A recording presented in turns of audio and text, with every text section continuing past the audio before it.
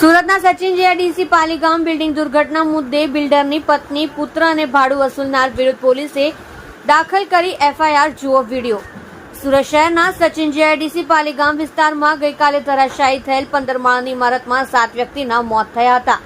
આ દુર્ઘટનાની હાથ ધરાયેલ પ્રાથમિક તપાસમાં બિલ્ડિંગનું બાંધકામ નબળું હોવાનું સામે આવ્યું છે. આ અંગે સચિન જીઆઈડીસી પોલીસે બિલ્ડિંગ બાંધનાર બિલ્ડરના પત્ની, તેના પુત્ર અને બિલ્ડિંગમાં ભાડુઆત પાસેથી ભાડું ઉઘરાવનાર વ્યક્તિ સામે નવા અમલમાં આવેલા ભારતીય ન્યાય સંહિતા 105-54 મુજબ કેસ દાખલ કર્યો છે. સુરતના સચિન પાલીગામ ખાતે બિલ્ડિંગ ધરાશાયી થવાના મુદ્દે પોલીસે નવા ભારતીય ન્યાય સંહિતાના કાયદા મુજબ 3 વ્યક્તિ વિરુદ્ધ પોલીસ ફરિયાદ દાખલ કરવામાં આવી છે. ગઈકાલ શનિવારે ધરાશાયી થયેલ બિલ્ડિંગમાં 7 વ્યક્તિના મોત થયા હતા. સુરત શહેરના સચિન પાલીગામ વિસ્તારમાં ગઈકાલે ધરાશાયી થયેલ 15 માળની ઇમારતમાં 7 વ્યક્તિના મોત. આ દુર્ઘટનાથી હાથ ધરાયેલ પ્રાથમિક તપાસમાં બિલ્ડિંગનું બાંધકામ નબળું હોવાનું સામે આવ્યું છે.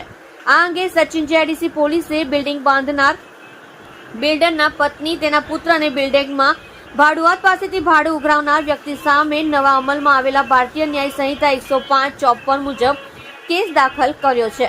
અત્રે ઉલ્લેખનીય છે કે આ બિલ્ડિંગ બાંધનાર બિલ્ડર રસિક કાકડિયાનું 2022-2023માં કેન્સરના કારણે મોત થયું હતું. આથી પોલીસે તેના પત્ની રમીલા કાકડિયા, દીકરા રાજ કાકડિયા અને બિલ્ડિંગના ભાડુઆતો પાસેથી ભાડું લેનાર અશ્વિન વેકરિયા વિરુદ્ધ ગુનો દાખલ કરી વધુ તપાસ હાથ ધરી છે. આપ જોઈ રહ્યા છો સોમવાર time news channel. Bureau report, Surat. તારીખ 6/7/2024 રોજ સુરત શહેર વિસ્તારના સચિન જીઆઈડીસી પોલીસ સ્ટેશનમાં એક અકસ્માતનો બનાવ બનેલો છે, જેમાં સચિન જીઆઈડીસીના પાલીગામમાં એક કૈલાસ રાજ રેસિડેન્સી નામની એક બિલ્ડિંગ આવેલી હતી.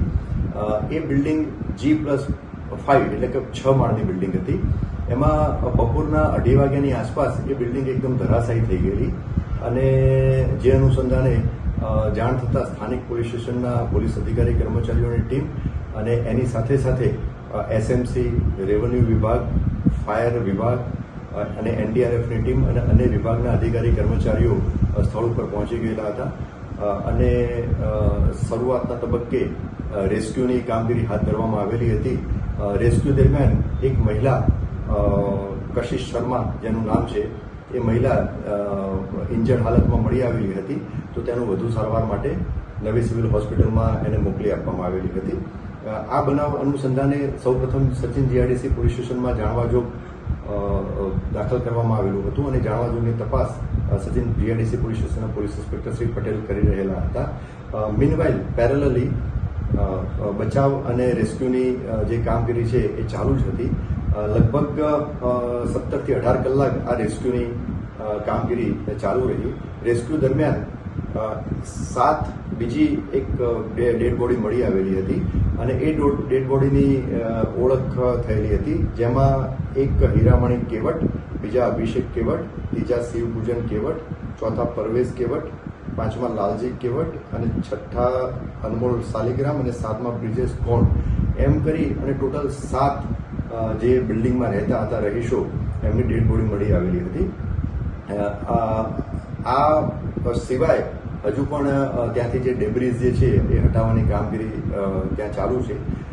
સદર જાણવાજોગ જે દાખલ થયેલી હતી, જાણવાજોગની તપાસના કામે સાહેબોના નિવેદન અને અન્ય દસ્તાવેજી પુરાવો એકત્રિત થતા પ્રાઇમા ફેસી ક્રિમિનલ કેસ બનતો હોવાનું જણાતા સચિન જીઆઈડીસી પોલીસ સ્ટેશનમાં બીએનએસની કલમ 105 અને 54 મુજબનો ક્રિમિનલ કેસ દાખલ કરવામાં આવેલો હતો અને આ ગુનાની તપાસ સચિન જીઆઈડીસી પોલીસ સ્ટેશનના પોલીસ ઇન્સ્પેક્ટર શ્રી ચૌધરી કરી રહેલ છે. સદર ક્રિમિનલ કેસ જે છે એ 3 આરોપી વિરુદ્ધમાં દાખલ થયેલ છે, જેમાં એક આરોપીનું નામ રાજભાઈ રસિકભાઈ કાકડિયા, બીજા આરોપી રમીલાબેન રસિકભાઈ કાકડિયા એટલે કે રાજભાઈના માતા જે છે તે, અને ત્રીજા આરોપી અશ્વિનભાઈ વેકરિયા, એમ કરી અને 3 આરોપીઓ વિરુદ્ધમાં ગુનો દાખલ થયેલો છે. ગુનાની તપાસ દરમિયાન આરોપી અશ્વિનભાઈ વેકરિયા તપાસના કામે મળી આવેલ છે, જેમની પૂછપરછ કરી અને આગળની કાયદેસર કાર્યવાહી ચાલુ છે. તપાસ દરમિયાન એવું જણાઈ આવેલ છે કે રાજભાઈ કાકડિયા જે છે હાલમાં ઇન્ડિયાની બહાર છે અને એમની માતા પણ કમિલાબેન જે આરોપીની ભૂમિકા જે પ્રસ્થાપિત થઈ છે એ પણ તપાસ દરમિયાન હજુ મળી આવેલ નથી. હાલમાં સદર ગુનાની તપાસ ચાલુ છે અને જે સ્થળ ઉપર હજુ ડેબ્રીઝ જે છે એ હટાવવાની પણ કામગીરી ચાલુ છે.